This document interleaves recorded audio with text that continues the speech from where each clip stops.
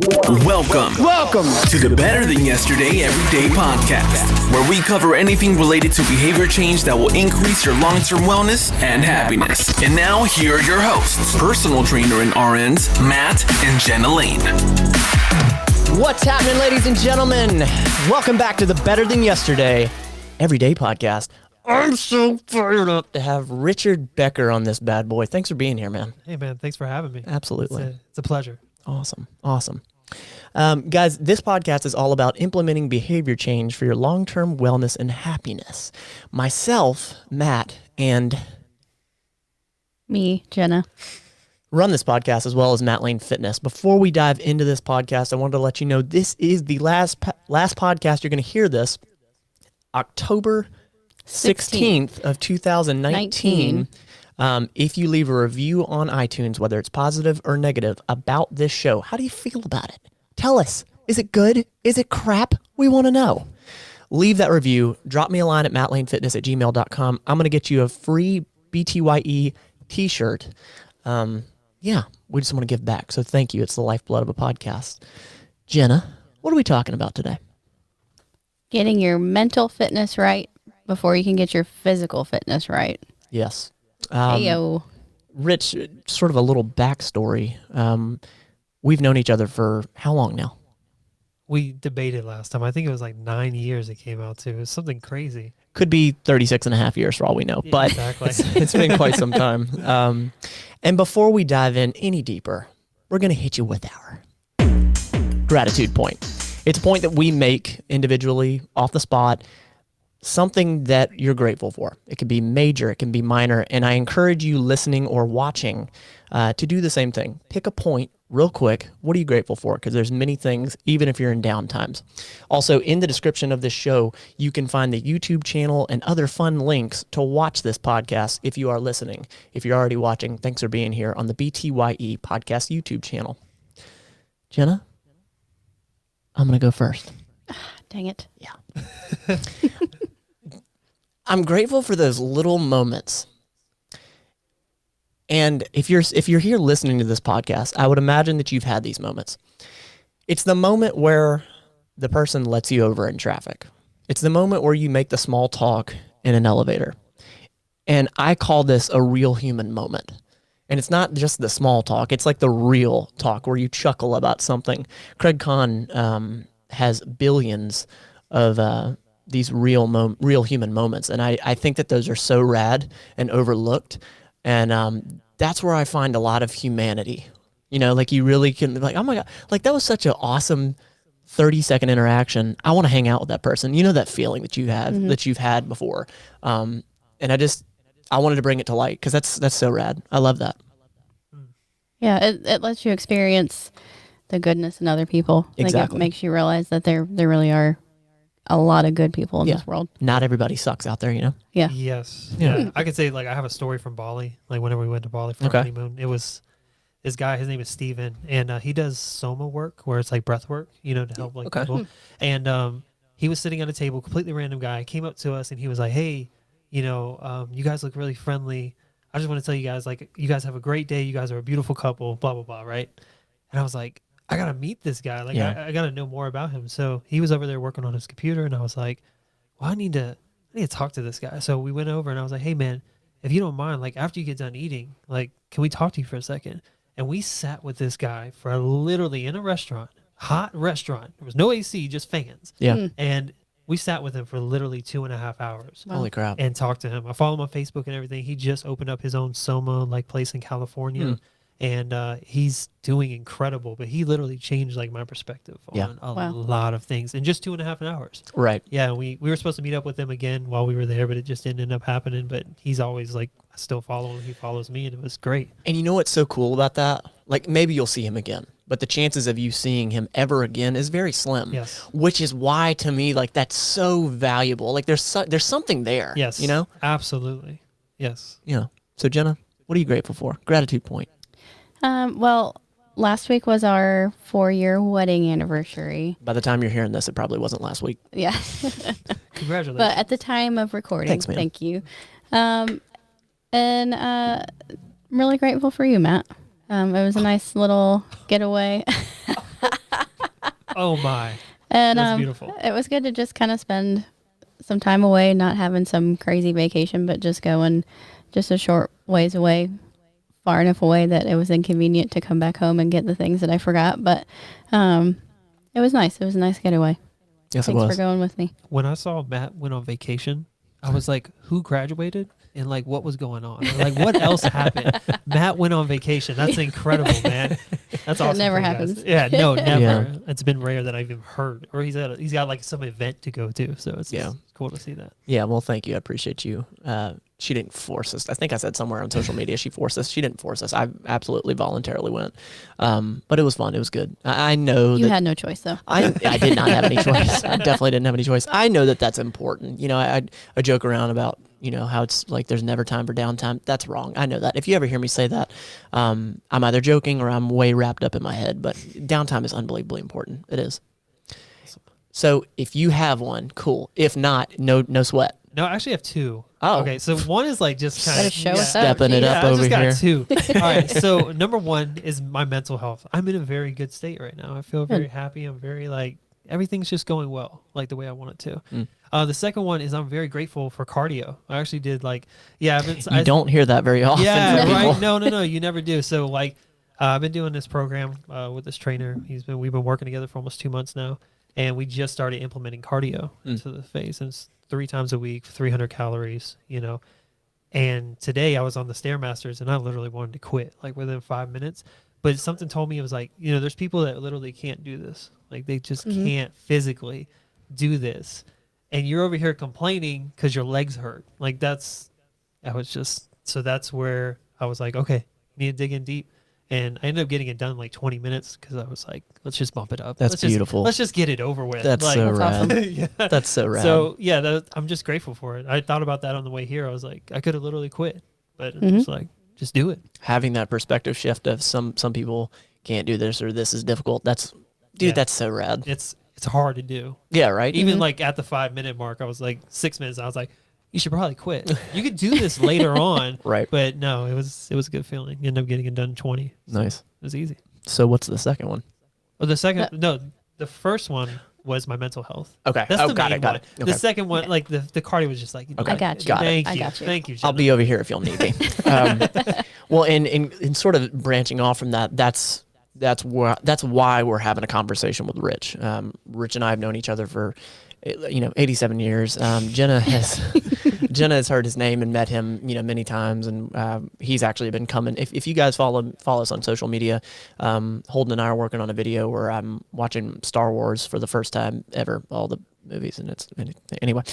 He's showing up for that. Rich is showing up for that. So Rich and I have known each other for a long time. We have a good friend, Derek Johnson. Shout out to you, Derek, if you're listening. Yes, man. Thank you. That's how we met forever ago. But Rich and I sort of lost contact for a good. It was probably about a good 2 years. Yeah. That it was like. And it wasn't intentional. It was just, you got life busy, I got happens. busy. Yeah. And it's funny, what actually rekindled the flame was he got, oh my God, I'm such a jerk. Right now I'm blanking out. It wasn't that you got married, it was the baby shower. Yeah. Yeah. I was sitting here thinking I was married for a second. Okay, so if we're taking it no, it was about a year that we kind of stopped Okay, talking. Yeah, okay. yeah, not quite 2 years. Okay. Yeah. Because I'm talking about that time frame Yeah. where we completely separated and it was just unintentional. Regardless. Yeah. We rekindled that flame just sort of talking about how, we lost contact. But he stopped by the house and we were actually sitting in this podcast room and we talked for an hour and a half. Yeah. Right off the bat. And there's one thing about Rich is we've trained together in the past, and he is someone that I am able to have a very deep conversation with. The conversations we have can just flow and flow and flow. And I've thought all my life, I was like, I would really like to record one of these conversations. But rather than just for the sake of recording us talking and running our mouth, you sort of had a moment, a situation, a moment in time where you were pretty broken down from what you explained to me. Oh yeah. And we wanted to capture that. So this is going to be a conversation. So with me shutting my mouth, how about you sort of take it back a little bit to tell them what happened? Oh, okay. Yeah. So, like Matt said, it was about a year. It was a year time frame that we didn't talk, and a little bit before that, I just started. Things were going well, but they were just kind of like, they weren't going well for me. I thought that they would change like how I thought, how I, interacted with people and did things, but it just didn't.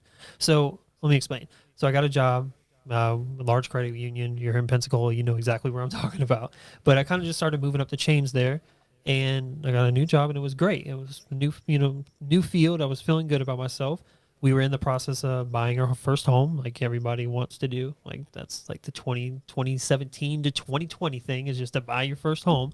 And I was doing good. We were building up savings. Everything was going great. We bought our home. You climbing the ladder. Yeah, man. It was how people would look at my life and how it was going. They're like, "Oh man, you're doing great. Yeah, you're right on track. Man, you're checking those boxes yeah, off. Man, You're killing it. Your 401k is gonna look amazing when you're 51. I mean, just incredible."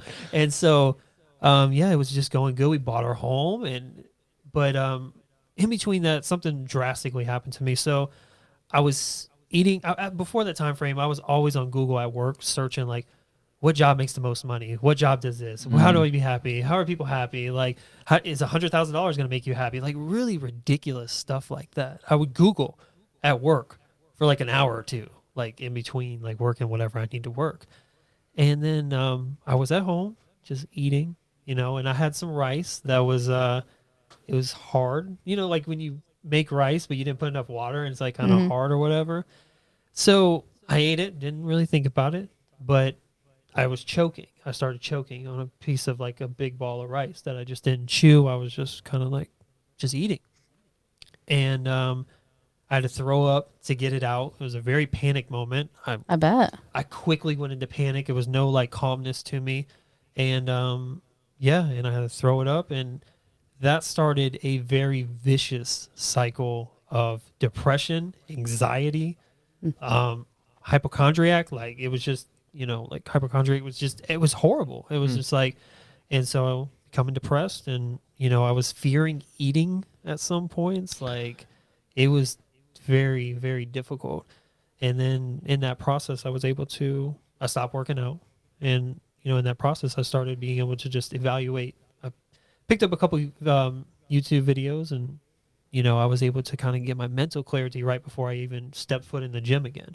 Because I've always been going to the gym. I would go like once or twice, even if I was having the worst weeks where I gained all this weight, like, and I was just feeling horrible about myself, I would at least go once or twice a week. Yeah.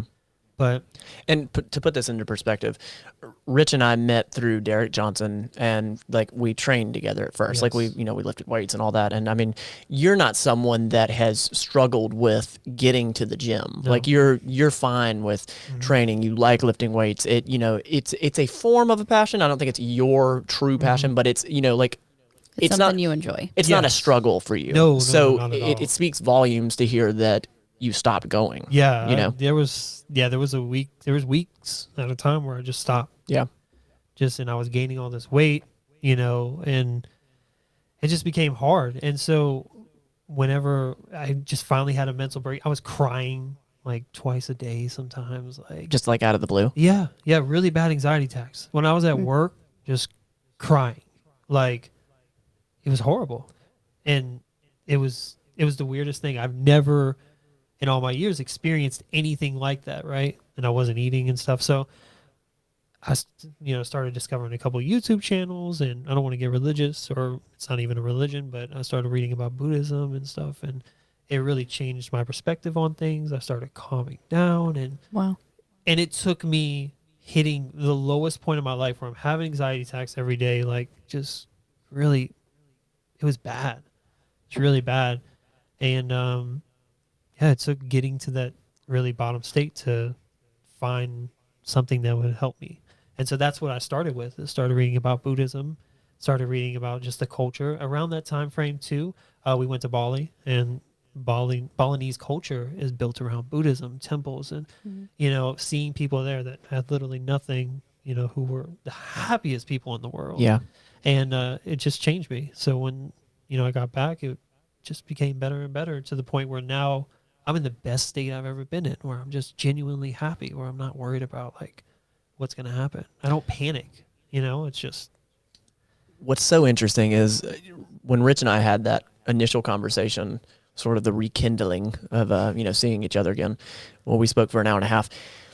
he explained a lot of this to me. And what was in my head then and what's in my head now as you say it again is it feels, and I could be dead wrong, but it feels like you were, like you said, you were climbing the ladder, you were throwing money in savings, like, you just had a child, like everything was going the way it should be going in the classic American home, but you weren't fulfilled. No. And it took such a, like, choking on the rice without a doubt, like it was traumatic. Yes. But it's not what you would think of like you would think like, a major car wreck or someone died, so that it was like the straw that broke the camel's back. Yeah. But that just, to me, that screams how unfulfilled you were. Yes. And maybe still, I don't know, maybe still are. It sounds like from what you've explained to me, you're trying to get out of that, but because you weren't focused on happiness, right, you just weren't fulfilled. No. With all of the accolades that I think most people will be like, you won. Yeah. It's over. Yeah. I mean, I've had like literally, like when we were moving into our house, my friends that were helping me move in, they were like, dude, this is awesome. Like you made it. Now you can have your family and now you can just, and I was like, oh man, that's scary. I don't want this to be it. Like, wow. Yeah. And it was crazy because I bought that home. We bought that home. I remember when you were buying it. Yeah, we bought that home for everybody else. And nobody. Say that again. We bought that home for everybody else. Mm-hmm. But you know what? 2 days, 3 days, a week after, nobody gave a shit. Why do you think you did that? It was what I thought was right. Really? Right? You do what people tell you to do. Mm-hmm. Yeah, you're following the model. Yeah. When the perfect American standard model. Yeah. And I literally did it for everybody else. My mom was proud. Everybody was proud. Like it's incredible how proud people are. And then it's just like, well, Rich just has his house. And yeah. So that leads me to the next question. I feel that it's different for every single person. I don't think there's a correct answer, but what is your definition of happiness? Doing what you love, even if you don't get paid for it. And having a strong family foundation. It's that simple. There's people that make billions. I mean, like I forgot her name, but like she was in the cosmetic field and she was in the fashion field and she made billions, and she committed suicide. Like yeah, that. I know who you're talking about. All those stories that you hear about all these people that make all this money. Yeah, and they are still like miserable. Yeah. Unfulfilled. How are you unfulfilled with all that money? But when you realize that life is so much deeper than the outside perspective, mental health is number one. You have to have mental clarity. And you could be dead broke. There's homeless people that I've met, even in Bali, like people that literally they live in tents with their families. It's normal. Completely. I had a taxi driver tell me that he's the happiest he's ever been in his life ever since he became a taxi driver. Here in America, that you're classified as a bum. Yeah. Like it makes no sense, but that's because we're spoiled here. Yeah. And we've seen all these crazy things. We have these Ferraris and these Lambos and the big houses, right? The CEOs and stuff. And it's just like, that's not what life is about. There are people that do it that are genuinely happy. Yeah. They wake up every day and they are happy as can be. But 9 times out of 10, a lot of them are not. Yeah, their monetary success is a byproduct of their focus on happiness. You took the words out of my mouth. Yeah, exactly. Yeah, and I think a common misconception for people who don't struggle with mental health is that you had the perfect picture of American success. Mm-hmm. And I hear it a lot of, well, you had nothing to be upset about or nothing to be anxious about. And you have the perfect life. They're so wrong. Like, you have no idea. Like, people who are happy, give them all the praise in the world. But it's draining to wake up every day and hate going somewhere for 8 to 9 to 10 to 12 hours, however long you guys work. Mm-hmm. Like, that is draining mentally. To come home and to be like, oh, I'm just going to sleep. That's ridiculous. Your home is supposed to be like more than just like a place to sleep. This is a place to build and, it's supposed to be your safe haven. Exactly. And it's not. It's just a place to sleep. At the end of the day, like if I can go back, I would have never bought my house. And I was just about to say, all of what you just explained, all that is over leveraging your life financially. You know, I think a lot of people make it much bigger than it really is. And we did the same thing. Like we bought this and that, and like we've had cars that we shouldn't have had. But when we realized, oh my gosh, it's not how much money we make, it's how much money we keep. That was when our lives started to change. When we realized if you can reverse engineer and realize you don't need all the crap that you have, you can literally work less hours. Or if they won't let you do that at your job, you can get a new job and work less hours to focus on whatever it is. And like I said, like I believe that everybody's definition is different of happiness. And for some people, I think it's truly being a dad. Like that's their definition. Yes. For some people, it's being a CEO of a major company. For some people, it's picking flowers. It doesn't matter. Doesn't matter. You know, 100%. And I think if you can begin to stop giving a shit what people think, which is exactly what I think you've done. Yes. Yeah. 100%. Yeah. Oh. Then you're on the path to truly winning. Yeah. And so I guess that's my next question is, you got into Buddhism. But was there like daily practices? Was there things that you picked up? Was there was there measurable pieces that you started to do that dug you out of the hole? So with Buddhism, it's a little bit different. So like a lot of people would say like with Christianity and a lot of other things, like other religions, which Buddhism is not a religion, it's a philosophy. But they would say like, oh, I pray to God, right? And that's my safe haven, right? He's going to fix everything. He's going to do that, right? I think what changed me more with Buddhism than anything else. I have tattoos. I grew up in a Catholic household, and but God never did that for me. And because I was always praying to like this person, right? But I don't know. I just never saw the benefits, right? But Buddhism for me was different because of the simple fact, like I was meditating every day. I wasn't praying to anyone. Like there was I don't pray to anybody. Like I just ask for blessings, like from the universe or people. Like people say, God bless. I'll take that. Like blessings, right? Right. So in Buddhism, like in the readings, like they teach you more about like humanity. They teach you about the earth.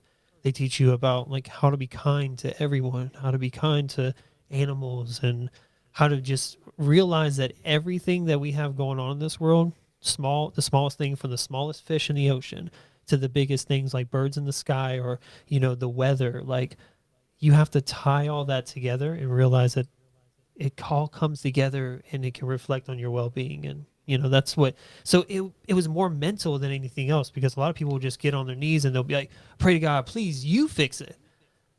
Buddhism is not like that. Buddhism is like, you need to fix yourself through practice and teachings and mental, like reversing your mentality, so that you understand that everything around you can change your own perspective. So I like that. It does. I fully believe in that. So was that a conscious, like, did you forget some days? Was it a conscious effort? Did you have to sort of remind yourself, or for me, like write notes everywhere? Yep. Like, was it a full blown conscious effort? Yeah, it was an effort in the beginning. Yeah, I think with anything that you start new, right, it's going to be an effort. Right. Yeah, you got to remind yourself. Yeah, I got to remind myself to meditate. What makes it easier is, if you have a spouse like Kiana and me, we would meditate, So, yeah, it's a struggle in the beginning, but it becomes easier when you really practice those teachings and you just do that day one, day two, instead of like, I guess like little things. So I'm a very flustered person. I'm ADD. I get very flustered. I get very angry quick. It could be about the smallest thing. Somebody looks at me funny. That's just how I am. I've always been like that, right? So I started catching myself, and I'd be like, why are you getting so upset? Right. Like, just relax. And I'd be like, okay. And like when my wife gave birth, like she was like, leading up to it, she's like, I don't know how you're going to be, and I was like, I respect that, like I've always been a very panicked person, right? But when we did it, it was like when she had it in the home, it was just like, I was very cool. I was very calm. I was very awesome. And it took a long time. And we actually, after the birth, I had another situation with my family happen where it was very chaotic, very stressful, people fighting, everything was crazy, right? But I came in and I was like, okay, you need to approach this person this way. You need to approach that person this way. I need to approach you different than I do Matt. And what's crazy is people would say, you know, that's not Buddhism that's teaching you that, but it is, because of the teachings and how to be calm and how to like really control your inner being. It reflected. So I was able to handle that situation far better than I would ever have before, because I'm a spaz. Like I would have yelled at this person, you know, I would have yelled and like been very upset, right? Because what was happening was wrong, but I was able to control myself. And that's when I was like at my peak, and I was like, oh yeah, I've tapped it. Okay. Yeah. Oh That's yeah. awesome. So it was simple things like being very conscious about when you would get very angry, flustered, frustrated, Yep. Which is interesting because I think that's very individualistic to each person. So, you know, this person compared to you might not have that, but what it sounds like you're saying is noticing those big pieces that cause you pain. You know, because as you were talking, I was thinking like, as you were frustrated, flustered, yelling, whatever, there's pain there for some reason. Yeah. You know, and yeah. diving into why, and then just sort of learning how to let it go. That's built up. Like, yeah, that I was very angry as a kid. I got kicked out of I was telling you guys earlier that I got kicked out of multiple daycares. I was a very bad kid because I was always angry. Like my mom would take me places. She would give me like psychological help and whatnot. And, you know, I was just angry because of the environment that was around me. Okay. Like, you know, my dad was a drug addict. He was in and out of rehab homes. You know, my uncles were drug addicts. Like, I've had many family members, even just like cousins or aunties, like that have died of overdoses, right? Wow. So, you know, it's like my dad died of an overdose. My uncle died of an overdose. Like, you know, and these are people I'm very close with. Sure. You know, and so it just builds up. You don't realize it. Like when my dad passed, I didn't really feel anything. I cried just a little bit at the funeral, but it didn't kick in until later. Yeah. Like later on in my life, where I'm starting to get angry about stupid stuff. And I'm like, you need to go back and address like some of this stuff that you haven't. And that's when I started talking to a therapist. So you realized it came from the childhood piece, or maybe not all of it, but some of it for sure. Yeah. It's been building. Yeah. Oh, that's huge. There's a lot of self-awareness there. Oh yeah. And that's another thing. I was like, I'm realizing this stuff, right? Yeah. And I even like left, like as I was going to a therapist and we talked a little bit and she was talking about my life or whatever. And I was like, you know, I think I've gotten everything I need from you, so I'm not going to go to you no more. And I was like, that's because we weren't diving deep enough. I was like, we need to go deeper. Right. Right. And we need to drag up some of these demons, which I did with myself, you know, and talking with Kiana, and she's my therapist basically. But yeah, it's crazy how much it builds up. Yeah. It builds up very, like, from the time I was 10 years old, seeing my dad go in and out of rehab homes, knowing that he was on drugs, you know, like. So you knew at 10 what was going on? Oh, yeah. Yeah. My mom never sugarcoated it for me. So I always knew. I knew that all of them did it. It just got to a point where it got out of hand. Yeah. It got really out of hand. So do you think you can find those, you said 2 YouTube videos of Buddhism? I think I can find, I know where one is for sure. Okay. Yeah. So what we'll do after the show, I'll get those links and I'll put them in the description of this podcast and the YouTube video, guys. Yeah. And I think a powerful point here is that it was a moment of self-realization, and which spun off into self-education. Yes. You put it on yourself to make yourself better. You didn't depend on somebody else. You've put it on yourself to make yourself better, and it's your own process. You're not depending on someone else. You're not blaming anyone else. Nope. I think that's a really important point to take away, is that you being better has everything to do with you. Yep. Absolutely. That's at the end of the day, like, we're all here. Like, when you die, you die. It doesn't mean Matt dies. Part of him may die, but like, he's still here. Or if Matt dies, you know, like, so like at the apologies. I hit a button. Sorry. At the end of the day, you have to be self-aware. It's detrimental to your health. It's detrimental to your well-being. Like, and if you're not like, people always say like, you know, I put my family first, blah, blah, blah, blah, blah, right? And they always like, you know, I'll put this person before myself, right? I don't know if I believe that 100%. I don't. Yeah, I don't. Like, you need to put yourself first. Yeah. I think that parents are a perfect example. And I know that there's a parent out there that's yelling at me because I am not a parent. I am not claiming to know how to raise a child. However, if it's the same thing as when you're on an airplane. If you don't put the mask on yourself first, you can't save your kid. So you have to take care of yourself. I think those mental, physical, health, wellness, all those pieces have to be taken care of for the parent. And this isn't just parents, but it's a great example for the parent to be able to take care of the kid. Yeah, because your kid's watching. Yeah.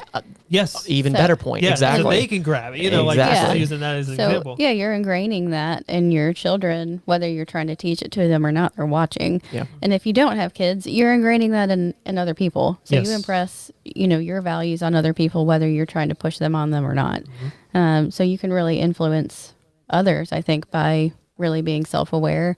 I really think the day that you start that self-realization is like day one of your new life, where you really, like, you can look back and everything in the past is like, it's painted a different color now. Like you just go back and you realize all of this was leading up to now.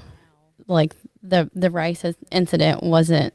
It wasn't rice or because you were choking. But it just happened to be that incident that just really brought it all to light. Right. And started the process of healing me mentally. Right. Mm-hmm. So how did we get to where we're at as far as saying mental fitness has to be square before your physical fitness can be square? We were sitting here, actually exactly where we're sitting, and I said, so what's up with fitness? Mm-hmm. And, you've gone, like, as we've known each other, you've been like, I want to compete, I want to give it a shot and all that, and I've heard you say that for a long time, and, usually you would come back to me after I say, what's going on with your fitness? And you're like, oh, I'm trying this, I'm trying that, I'm doing this, but immediately you came back with, I got to get my mental, like, you knew without a doubt, you're like, I got to get my mental fitness before I can get my physical fitness. Yeah. So what does that physicality piece look like for you now? Like, are you to a point where you're working on the physical piece? Oh yeah, definitely. Okay. Oh yeah. No. So what does that look like now that you, like, are you more body conscious? Like, what does it look like? It just, I don't know. So when I say, like, you want to get your mental before your physical, right? Because, like, a lot of people don't realize how much work it takes, right? You don't know how much work it takes. You're like, oh, I'm just going to go to the gym and I'm going to get on the treadmill for 30 minutes and, that's what I'm going to do. I'm going to lose weight like that, right? And I'm going to do, like, a fast or whatever, blah, blah, blah. So people don't realize, like, it's a lot more work than that. Yeah. And so when I was really depressed and I was down, like, there was no way I was going to be able to get physically healthy. There was no way. There was no way that I was going to prep my meals. There's no way I'm going to drink a protein shake. Like, there's just no way. So me now, it's like, well, I'm doing the things I need to do. I'm meal prepping, making sure that I'm counting my macros. You don't have to count macros, but just being cautious of what I'm eating. Right. My diet has changed. I used to be vegan for almost 2 years, and that's changed. I'm no longer vegan. But why do you think that is? I was doing it wrong. Okay. Yeah. I think we talked a little bit, but, like, I was just doing it wrong. Like, so there's a healthy way to do any sort of diet, I think, unless it's like carnivore, like that's behind my, like, I don't understand that. But anyways, so, like, veganism can be healthy, but you have to realize that there's a lot of mechanics that you have to bring in to make sure that your whole body's functioning properly. Yeah. Otherwise you're going to be deficient. And when you're deficient, you know it. Your mental psyche's all messed up. Like, you're not gaining muscle, you're not losing weight, you're just getting, like, fatter. Like, it's just so. That's why I stopped being vegan. Is I wasn't doing it right. So basically, what you're saying is you started with little pieces to get back into the actual physical fitness piece. Yeah. So now that just like little things. So, like, meal prepping, working out consistently. Now I'm going, like, 5 days a week. Okay. Really consistent. Okay. And yeah. Are you doing activities that you like? Or are you doing activities for bodybuilding? Because primarily we've been bodybuilding for forever. Yeah. Like, that's how we know each other. Yeah. So, I mean, bodybuilding is still, I love working out. I love bodybuilding workouts. I don't like being strong. I've always told people that, like, But you're doing what you love. You're not running because you think you need to lose weight. Yeah. But I'm also doing things, like, a little bit differently. So I'm also, incorporating, like, now I'm going to be incorporating more cardio. I stretch a lot now. Nice. That's so different. I've never been a flexible person, but stretching is very key. So I'm just worried about being functional, When did you know it was time for the physical piece? Like, when did you know your mental piece was good enough to do the physical piece? That's a great question. Was there a day? Was there a week? Was there a moment? No, I think I just slowly started introducing it more and more. Like it wasn't like, oh, July 10th. Like Okay. I'm gonna, So you started dipping. I'm gonna go. It was like, all right.